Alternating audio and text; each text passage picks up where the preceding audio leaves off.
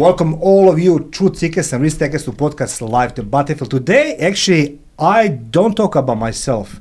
I have a tremendous and amazing guest. And we're going to talk today about, the always eternal topic about how to be rich, how to make money. So money. And my guest in the studio, Paul Mollica. Paul, welcome to the secret location. Yes, thank you for having me in this secret location, Mario. It's Paul, a pleasure to be here. Look, instead of me reading your bio and everything else, I want our listeners and viewers understand this. There are the people who are dreaming and wanting and praying and expecting things going to come to their lap. And there's the people who are visualizing, working and making things happen. Paul Mollica is the one. I remember Paul many years ago. We started together in a small service office, and Paul, he survived every onslaught, which gives you confidence in his services, abilities, and his accountability that's going to deliver. But Paul, who is the Paul Mollica? Let our listeners and viewers understand, who is Paul? Well, first and foremost, I'm a dad. Okay. I'm a family man. I'm a friend. Yes. And more and more, I'm a confidant to my clients, which is, a really, I'm honoured to do that. So, I was... Why did you start money? Like, why money? Many people wanted to, do the money. Many people actually disappeared who are doing the money, business and financial consulting.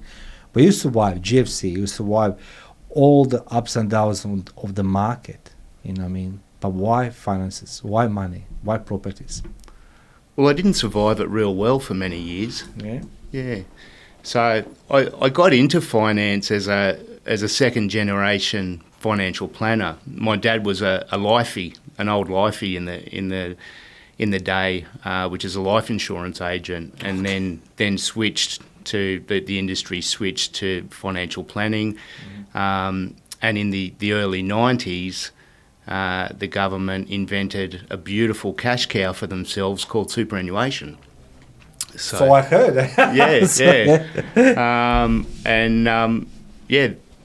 They're doing very nicely out of it, thanks, at 15% tax on contributions and earnings. But unfortunately, it's not serving mum and dad consumers real well. So I spent 20 plus years as a financial planner. 25 years working with clients in personal finance. And then you speak about, about superannuation.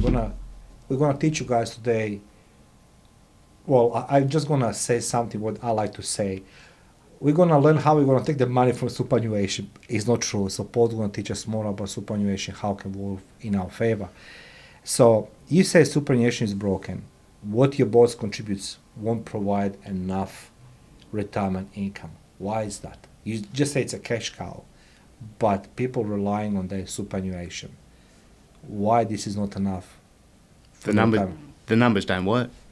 The numbers just simply... But they're advertising on TV, investing, and now you're saying, why is that there? Oh, if it's on TV, it must be true. Yeah, that's why I don't watch the bloody thing.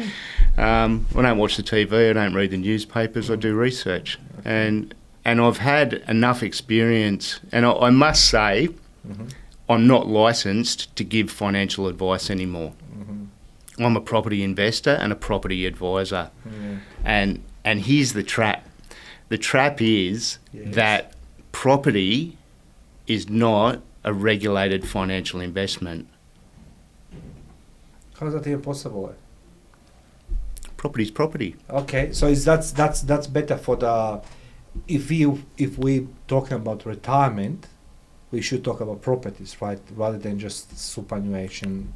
Well, that's right, yeah. Okay. Yeah, and that's, you can have property inside of superannuation. Superannuation is just a tax structure. So I've got a couple of properties in my super, and I've got a number of properties outside super, and we might get into that story a little later.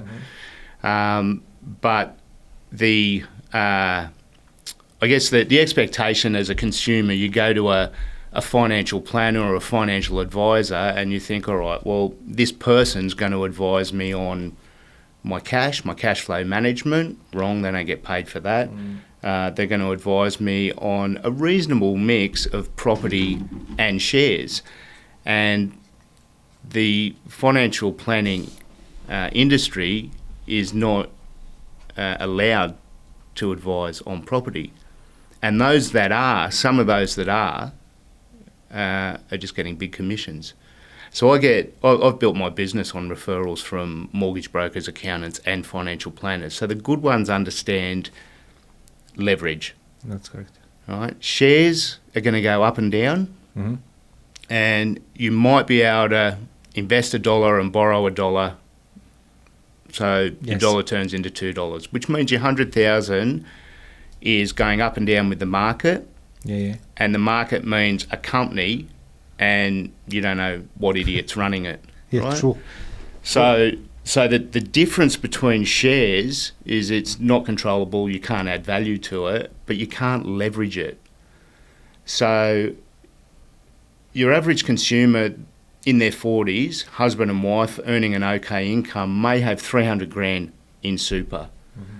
For a 20% deposit plus costs, they can use 140,000 of that to control a $500,000 property by setting up a self-managed super fund. So that's $1 million difference. If you play that out, you can buy 2 well-researched properties in your superannuation fund, have them fairly close to cash flow neutral, including what the boss puts in. Now, if I'm racing you to retirement, you've got 300 grand in your super, and we've got 20 years to go, maybe a bit more because we're young and good looking. Right? So you got 300 grand, and I'm controlling $1 million worth of assets. Your shares that go up and down with the market and that you've got no control over have to work way, way harder than a little bit of simple leverage. I would like to just add my simple thought. Like, we are not educated in any shape, size or form in our life how to do or work with the money. Most of all of us, including myself, it's what the bank says, put money here, take the mortgage, and list goes on. But you are going beyond this, right now educating us, that we can do more with the money and the property. And we don't give in here financial advice. If you want to do this, guys, you can go to the licensed people. We're going to talk to them about how money and property works together. But you built 3.3 million portfolio. Can you, I know it's personal story, can you just share with us why and how did you do this?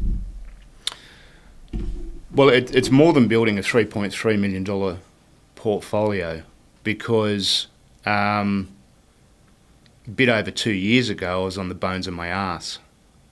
Can you expand on this? Bones on your arse. Bones of my arse, yeah. It means I didn't have a lot going for me. Right? I'd just come out of a divorce. The financial planning dealer group that I was with ripped off a whole bunch of financial planners. That's been through a class action and they've been found guilty. But as happens in corporate world, who knows what we'll get out of it. But and the pressure of that industry and a number of things, my marriage broke down. So I've been a single dad for the last few years, and I had to restart when I shut down the financial planning business and opened Wealth Key Property full time. It's been going since 2015. I had to re-establish my financial world in order to borrow again. So I started in 2020, but I couldn't actually buy my first property until 2022. Can I ask you a personal question? Have you been afraid that you start again?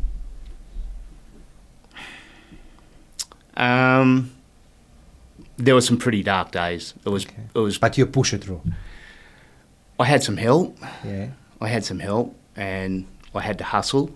But I had a really strong self-belief, and I believe in learning from your mistakes. So I failed forward.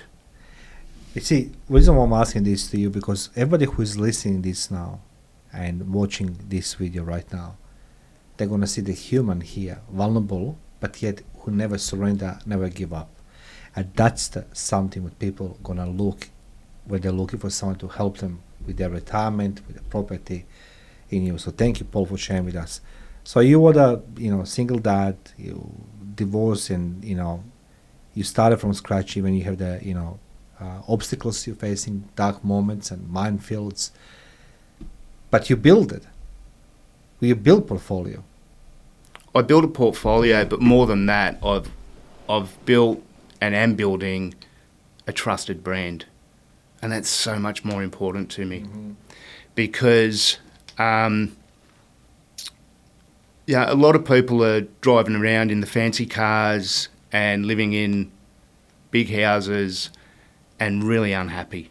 Yeah. Super unhappy. They're not fulfilled by what they're doing, right? So I believe that everyone's got a personal brand, and I wasn't true to myself for so many years. I could see that the financial planning industry was broken. I could see that I wasn't the man, the father, the friend that I am now. And once you can break those chains, you can really do something special. So I'm ambitious. I'm on my way to building a sizable portfolio, but I'm not screwing anyone over to do it. And I don't work with just anyone. And that's what I was looking for it, because I say, like, most of people who sit there will say, no, I wasn't afraid. I can do everything on my own. Life is honka-dory. But yet you show vulnerabilities, and you are somebody, our guys. I'm going to put in comment section below the World Key Property, the website, as all the poll details. Reach the Paul, because he's the human after all. He's somebody who is vulnerable, but he's accountable. He's somebody who's going to give you the best advice. We're talking today, guys, about building portfolio. And if there's somebody who was working financial industry, saw it's broken, as you said, Paul, and I believe it was, which I never understood after GFC. Nobody goes in prison. I lost everything. I lost my marriage. I lost my home, and nobody was telling me that, instead of this, I was blamed for GFC, like as a consumer, like many millions of other people. So thank you for sharing that one. I'll just quickly tell you how afraid I was. Yeah, tell me. So August 2020, I already had this company. I was already passionate about property and loved it, and had developing research processes. And I in my financial separation, we had to sell 5 investment properties. So that hurt. And then the market took off, which gave me the shits a bit. But anyhow, that's life. But this is how afraid I was. I had the kids with me, and I had a Colorado ute, and I registered for Uber because I didn't know what I was doing. We sold the family home, so I was renting. I didn't have an income. I had my personal brand, my ethics, and a few contacts, and a bit of grit. But I registered for Uber to drive people around. And then I unpacked that a little bit when I did some business planning, and I thought, well, I can maybe make $25 an hour net driving people around, or I can pull my finger out and go and help some clients and make significantly more than that. But I must say that I'm not building this I'm not building this portfolio on a massive income either. Yeah. I'm doing it on but most of my clients make more than me. The honesty, it's hard to admit that, life is, it's everything in life, it's unpredictable, more or less. It's a roller coaster, but, saying publicly to the million something people on my YouTube channel right now that you took that step and you drive the Uber and you're not embarrassed to say this, that's a guys to be encouraged. That's a true courage to step out of the comfort zone and do things what's necessary. Now let me talk about something which bothers me personally, but when I saw that, when I was doing research about you, passive income, how truthful that it is, passive income. And you say you're building $150,000 passive income within the next 7 to 10 years. I was thinking that's not possible. So share with us, passive income. Well, you didn't think this studio was possible until a couple of short years ago. You got me there now. Yes, that is true. Mm. That is very true, Paul. I like it. Yes. You see, a passive income, like, because I think I've been burned as well in life with the financial decisions, hoping that it's going to be that passive income, everything else. And then I said to myself, that's not the real. But I trust you. So, for all our listeners and viewers. Sure. Passive income. It's not a difficult formula. There's a magic ingredient, though, and it's called time. If you're buying anything, you're buying time. And you've got to own your decisions and make very well-informed choices. So if anyone wants advice, build a team around you. And everyone's got a bullshit meter. Mm-hmm. So if you don't, I encourage my clients to test me.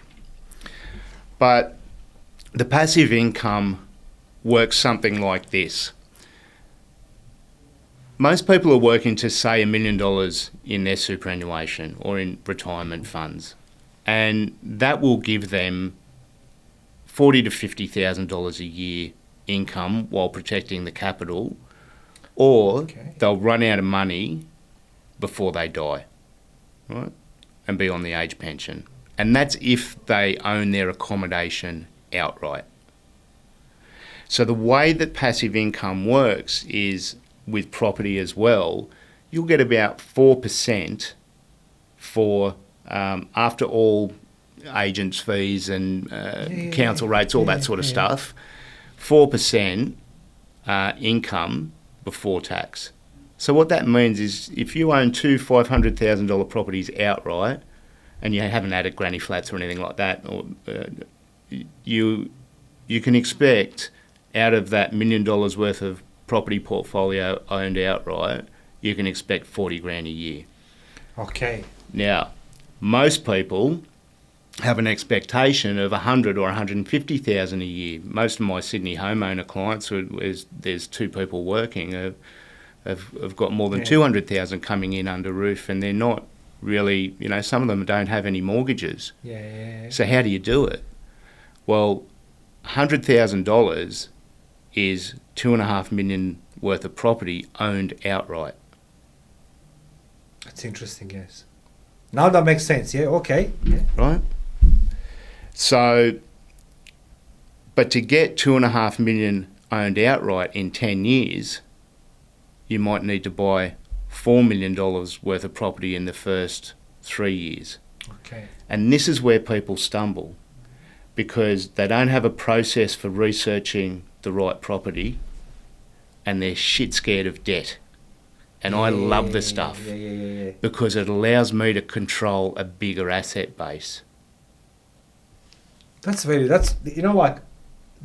way how you explain it's how people going to understand, without complicating the narrative, because every time when you're looking for the making money, every time when someone tries to explain these things, it's become so complicated that you give up, So thank you for sharing. Well, that's right, yeah. And I don't chase unicorns, and I don't have fancy spreadsheets. I it's pretty easy to explain on one sheet of paper.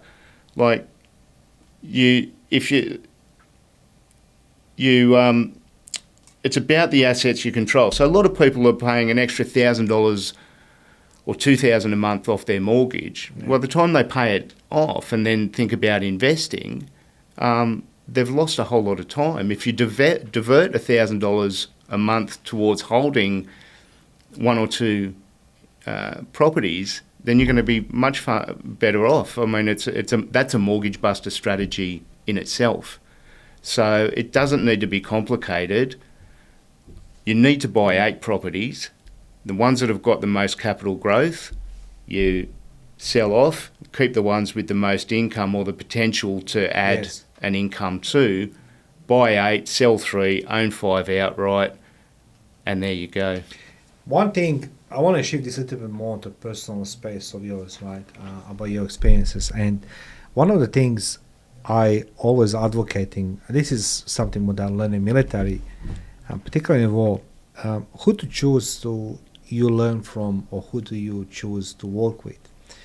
And most of the time the people, they're great not orators, great public speakers. It's all the theory. But in reality, if you want to learn from somebody anything, you need to see how they do it, and you did it, Paul. So I congratulate you.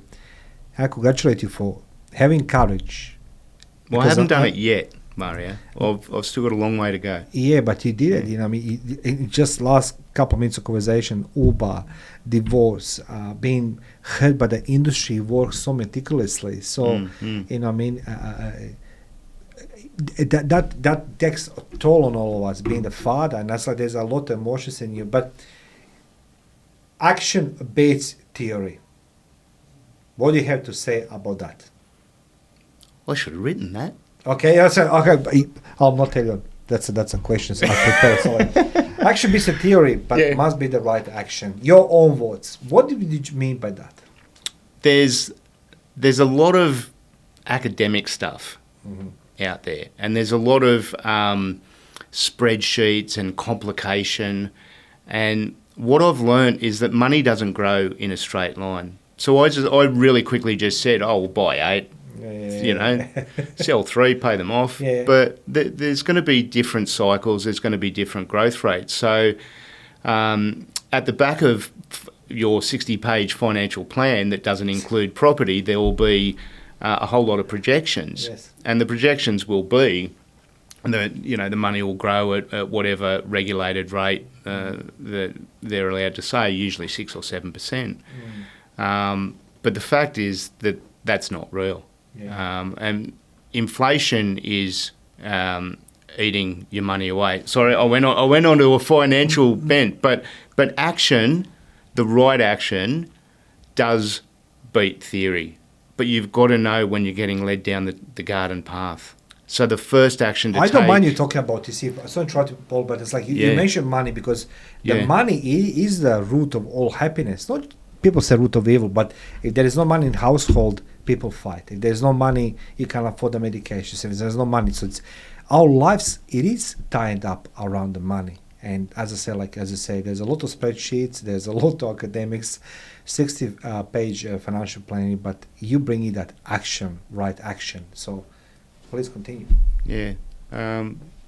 Look, money just simply buys choices, and money's just an idea. All right. So if you give yourself permission, some people are more showy with their money, and I see things quite often, and I call it the house trap. And I'll just get back to my portfolio. So I'm controlling a 3 and a bit million portfolio. Yeah, it's growing nicely. The rent's going up. It'll be a $5 million portfolio soon. That won't be killing me out of pocket. And I'm renting a place in Sydney. I decided not to be a Sydney homeowner when I went on this journey. Okay. So I can control, say by the end of the year or so, a $5 million asset without it ruining my enjoyment of life. And I can hold that. If that's all I do, and I hold that for the next 10 years, and it even goes up by half, and then I extinguish the debt, I've far exceeded what most people aspire to. And I can control that $5 million asset that will be cash flow neutral at some stage, a lot easier than a lot of people can pay off their $1.5 million or $2 million Sydney home. And that is real food for thought. Can I extend my curiosity into this topic right now? So, when you have a clients, you don't just give them a solution; you educate them, right? You know what I mean? So, what do you see as the most problem or issue people have with the money? Why people don't have the money?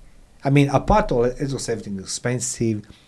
But I realized the one thing during the COVID actually, and then post-COVID, particularly now, I'm seeing a lot of people actually live beyond the means only on a credit card. There's no savings, there's nothing.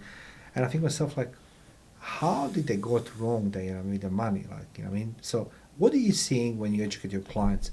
What is the biggest mistake they do for not having properties? Is that a bad advice? Is that because they're listening to their cousins and the friends, what to do with the money? or they're just overspending? They just focus on stuff that doesn't matter. Oh, okay. Focus on the interest rate of their mortgage instead of the strategy and setting up an offset account. They spend more time planning holidays than their finance. I like how you said that. And they care about what other people think. And more than that, so it depends on the client, but some people are really good savers and really good with their cash flow. So the clients I work with, I've got young clients that are priced out of the Sydney market, and they're like, I can get an $800,000 mortgage and go and live in a crappy unit or somewhere that I don't want to live and have to commute 2 hours to work, if I can even get something, or I can rent a nice place for less than what my mortgage would be and invest in a few properties. Okay. So it's making that decision, and particularly young people that are nesting and want to start a family, there's usually one part of the couple that wants the security of a home, and what they're doing is painting themselves but into you can a corner. as well, as a part of your services, you can educate clients, right? And Yeah, but it's for their those choice. their choice, exactly. Yeah, I like how you 100%. said this one. You said something at the beginning, and this is one of your questions here. Well, I need to say it's a Paul's questions, but actually I want to ask those questions. Well, they were your questions. Those are my I just questions. jotted a few. I jotted a Let's few go on, answers down. Yeah. You said something at the beginning, what most of people not admit, and I hate that expression. You correct me if I'm wrong, but when the people say, I'm the self-made millionaire, I'm a self-successful man, I think myself, it doesn't work that way. It can't be. You need a support of either family, friends, or somebody who's next to you. But you said building the right advice team will pay big dividends. What did you think by the building right team? Is that helping your business or your clients? Or? Well, both. Okay. Yeah. So in property investment, it takes a team of 10. So if you're in partnership with a life partner, you've got to be in alignment first and foremost. Otherwise, it'll build resentment, it'll eat away at you, and things will go pear-shaped. And you and I have both been there, right? Yeah. So having that alignment is really important. So that's your first, right? That's your first partner, and that's the self, right? And also understanding what your strengths and weaknesses are. But in property, we need professional conveyancers to manage legal. We need property managers to manage the day-to-day. Yes. We need bankers. Yes. Your banker needs to be really on top of the lending strategy. I work with financial planners, accountants, and then you've got the building and pest inspectors. There's a whole group of people. And then I've got an internal team of research as well. I mean, I think if you try and be all things to all people, or you try and do everything yourself, you won't be real good at anything much. So having that team around you and having people that are supportive of who you want to be, being around the right flock of people is really, really important. And I choose to be around ambitious people that are ethical and having a go in life, and that includes my clients. See, I'm repeating this consistently because this is what it's your trait, that you are showing your strengths, which they are hallmark for every client to be successful in a quest you're offering, either as a property advice or, making money, whatever it is. So you're living that, consistently you're living that hallmark of being somebody who cares for other people genuinely. And that doesn't happen quite often because you're living now in an environment where the shortage of the cash or money, whatever it is, it's every day it's obvious more and more. Like this morning I opened the TV that says a tax cuts. I said, like, what does that mean for my business? Nothing, right? But the next news... And then you go and pay $2.30 for petrol. You see, you read my mind. Then I said, then the next set of news is like, petrol goes up. I said, like, what? That doesn't make a sense, Yeah. Like, But then, I'm glad that I can talk to you because many people can relate to situation you went through. Through divorce, you said, building portfolio 3.3, it's going to be 5 million. They need to offset account, and all these things. That's what we do. Also a system for cash management. It depends on the person, but I can add value there. But I just want to be really clear, Mario, yes, that please. This is only my truth, my experience. It's been hard work. It's been hard earned. But this is the Paul Mollica. Yes. But not every client or person I speak to works with me. Okay. Some operate out of fear of debt. They don't want to face their own demons. They don't believe me. They don't believe in my proposition, and that's fine. That's fine. But go and do something like set your own path because no one's coming to the rescue. And if you are a passenger between now and year 10, 15 and 20, you will look back and kick yourself. So at least make informed choices. Again, I will not have you on my podcast if I don't believe that you're going to give the people the benefits of the doubt. You are doing so well, Paul. And I'm glad that you are, you traverse from the victim. I don't mean in the meaning of the victim, somebody bash you or somebody this, but victim of the life, being somebody who's been hit in the face, in the mouth. And then you stood up. And it's like there must be a lot of people who are going to divorce right now and they rely maybe on their superannuation when they're going to get retired. And you said that cash cow is not something you should rely on. But you're showing the strengths entire interview. So how do you play your strengths? How do I play my strengths? I went down a rabbit hole there because if people are relying on their super post-divorce, keep in mind you got to give. Yeah, but then with divorce, it's like how much super your husband has. We're gonna get this as well. Yeah, first you got to give half of it away, and then you're really fucked, aren't you? So, I know it talks like that.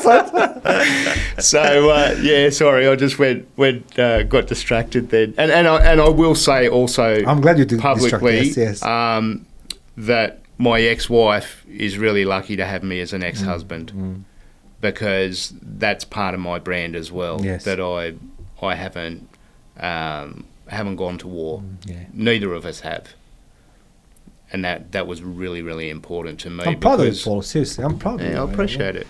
It's like I know you for many years now, and that's like I always admired you. From the day number one when you wrote the book with a sail with a boat, if I remember something like that was like 15 years ago. Like when the first time I met you, I said, "Who is this guy?" And but let's go back to this one. To all listeners, guys, in the comment section is Paul details. Feel free to contact him and discuss your options. Even Paul, he went to divorce and. He kept his cool and he didn't go in a war with his missus or destroying tarnishing his reputation. But we're talking now about strengths, right? So how do you play your strengths? Would you take it a moment or would you take it always? How do I play my strengths? Do you mean what are my strengths or how do I...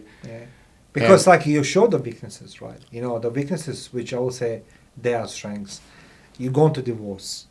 You took the car and done the Uber driving. And, I don't want to swear because it's not mine to swear. It's all about you today. I know how difficult it is to face people and they ask you, what are you doing? You say, oh, I'm the Uber driver. Oh, okay. I've been that part, people laugh to me about, being... Well, I will clarify though, okay. That was my line in the sand. I didn't actually take a fare. I registered, I lined up, I got it all set up, and I went, you know what? I'm going to put my time into playing my strengths. So I didn't have to go down that, but I thought, you know what? I'm burning the boats and I'm having a go. So to answer your question, the way I play my strengths and I've done this for a long time now in various businesses, the way I play my strengths is I outsource my weaknesses. Okay, you got me there. Okay, this is material for the book. You've got to know what your strengths are. But then you're outsourcing your weaknesses. Yeah. That's powerful saying. Okay. So weaknesses aren't necessarily things that I'm not good at or okay at. They're more things that when I do them, I feel weak. I'd rather do things where I feel strong, and I can have a support team doing the stuff. So I've got an admin person that loves checklists. Okay, okay, that's a good, yeah. Right. I've got a property researcher that loves data and research. Yeah. I like strategy. I like people. So that's where I focus. On my strengths. I know what my strengths are. I know where I can add value. Yeah. Right?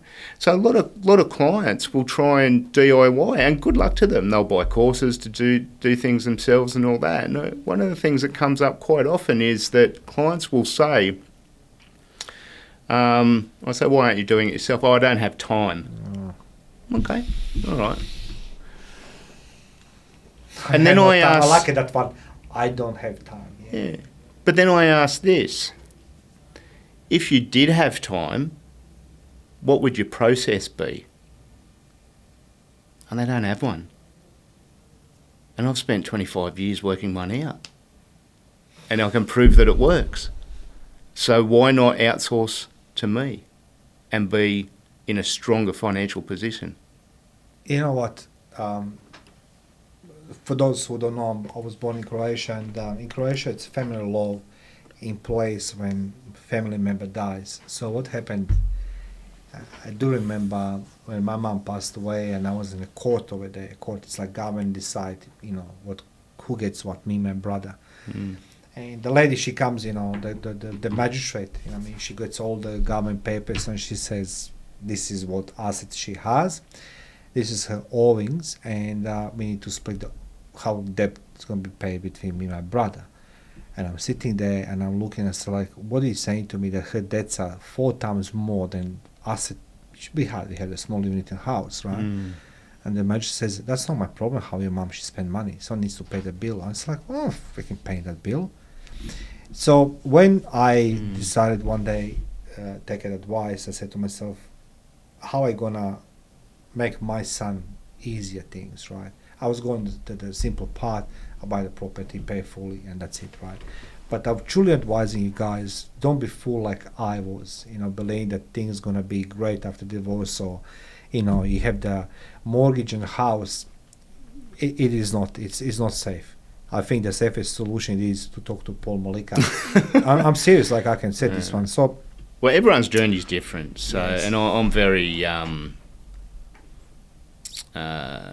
very conscious of that. Mm. But, and I understand that some people have got smoother paths than others, but sometimes people need to hear where it's all heading. Reality. Yeah. Look, I think we need a reality, particularly when money comes in the question. And again, I say when there is no money, a lot of things go wrong. You said this very well. We need to money buys the choices, right? Maybe not happiness, but buys the choices in everything. That's a very good one. If you've got money, you can buy a motorbike, and motorbikes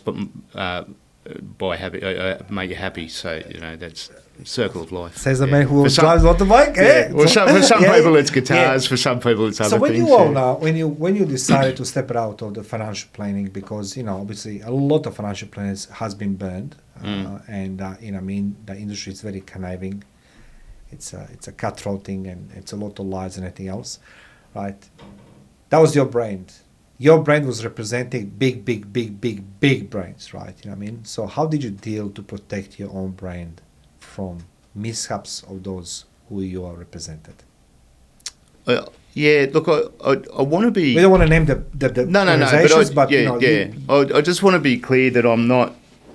I've got a lot of mates that are financial planners, and the good ones recognise there's clients on a path to retirement, and that they need an extra $1 million worth of assets to make, to achieve their goals. They're not going to do it without leverage. So financial planners, the good ones, are starting to cotton on to what they can outsource, what their strengths are. But when I first started, I was naive, and I thought that I could make some money and build a good financial life for myself and for clients out of this industry. And the reality is that the government has over-regulated the hell out of the industry, and it's frustrating for a lot of the players in the industry. So when I started, there was something in the middle of the transaction that was really, really important that started with C. Yeah. And that was called the client. And now what's happened is there's something else in the middle of the transaction, and that's called compliance. And everyone's shitting themselves trying to be compliant. And you can give non-compliant advice, or you can give bad advice in a compliant way, I should say. So I think that things have gone too far the other way, and it is frustrating financial planners. But here's the thing. If you retire with $1 million, which used to be a lot of money when I was growing up, not anymore. It's not even an average Sydney house anymore.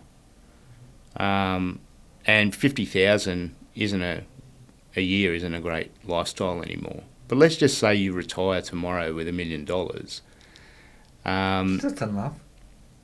Pardon? Is that enough? Depends how long you're going to live. Oh, no, that's true. Yeah, okay, All right. So I've got family members who are in their mid-80s. We're living, if we look after ourselves and we don't, get unlucky with disease or whatever. There's people 2 generations before you and I that are living into their 90s. So you don't want to outlive your money. Interesting enough. No, that's something I want to just relate. There's recently the show on Netflix called The Blue Zones, where the centennials living, and the lady, she says in Italy, she's the government's pissed off with her because she's 110 years old. They need to pay her pension. And the average is like 80 years old. Yeah. So she says she's still getting pension. So you're right, actually. How we gonna live?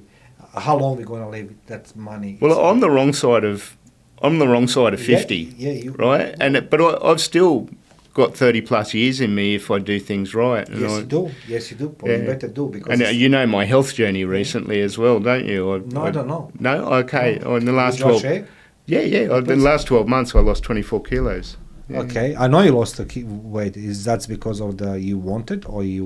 No, I wanted to. Yeah. Okay. There was an irony involved though. I was going to a party. I was going to my girlfriend's daughter's quinceañera, 15th, and I had to put my fat pants on, and I didn't feel real good in my body. Oh, okay. And I could see that I was growing out of my pants, and I was too tight to go and buy new pants. But the irony is, yes, I lost all this weight and I had to go and buy new pants. But at least they're smaller pants. Look, so I think that health is very important. Do you agree? Absolutely. Yeah. That's what it is. Because that's you want to enjoy your retirement. You want to enjoy the money and a healthy mindset as well. So I get. I don't feel like going to the gym every day, but I do get. I do enjoy it when I'm there, and I do. Feel like I've achieved something. So, guys, you're not just going to make money, you have to secure your future, but as well, Paul is here the real example that it can be done. Don't look at me, I have a strong bones on me, okay? So that's what everybody says to me. It's like, you have a strong bones. Like, yeah, that's a good one. So, Paul, what services your company, World Key Property, offering to the clients?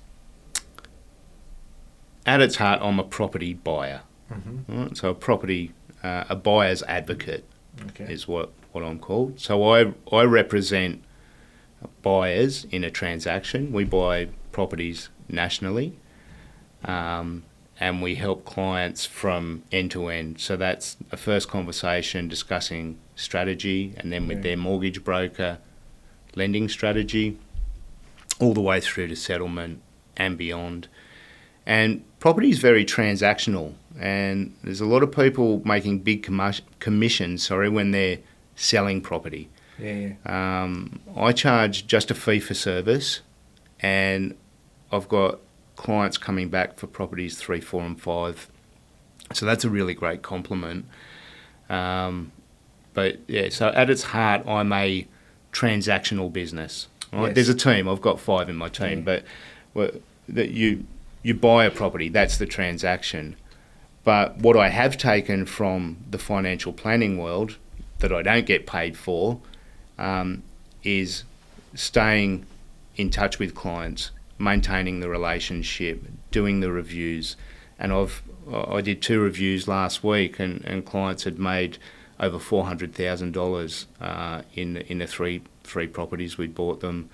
That is such a wonderful feeling. I don't get a piece of any of that action, but I know that over a not too long period of time that these people can make $1 million difference to their future, and shore themselves up, help their children, or save a deposit for their own home if they're young people.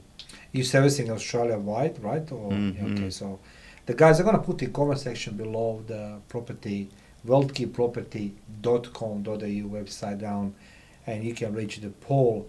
So Paul, I'd like to say thank you for your first appearance today, right? You know what I mean? We covered a few things, but most importantly that you're the human and you're the expert.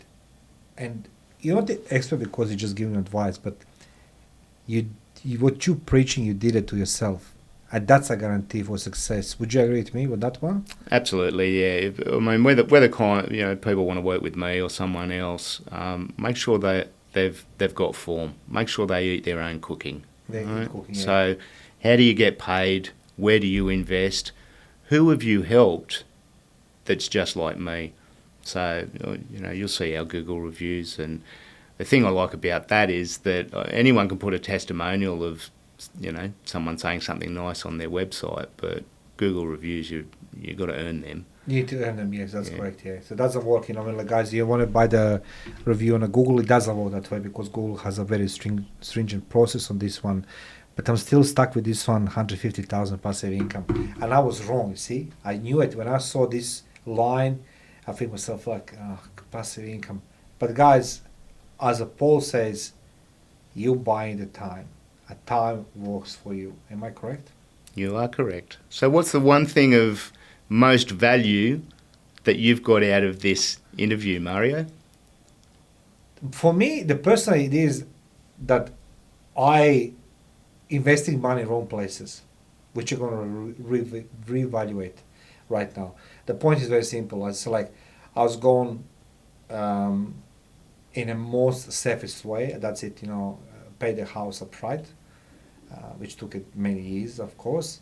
And I said to myself, okay, now I achieved something what I can, leave to my son one day, right? You know what I mean? But then I forgot totally that my super, it's been gone as well. It's been nicely divided, 75% to somebody else. And the super doesn't work for me because I calculated and said, this not work. So what I learned that I should look for the different way how to make my retirement for me. That's a property, not a superannuation, as many people. A lot of business owners fall into the trap of big incomes, but also I've got a number of clients that are in the corporate world. Yeah. Right. Yes. And if you're a 50-something in the corporate world, you got a 40-something riding your tail and wanting to take over. And if you don't have some sort of pile of fuck you money. Yeah, fuck you money, exactly. Then, you know that like what you said, now that I learned, it's like money buys the choices.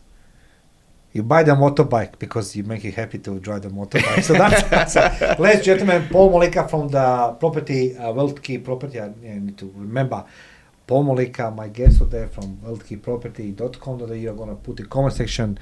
Paul, thank you very much for being my guest today. Thank you for having me. Thank you.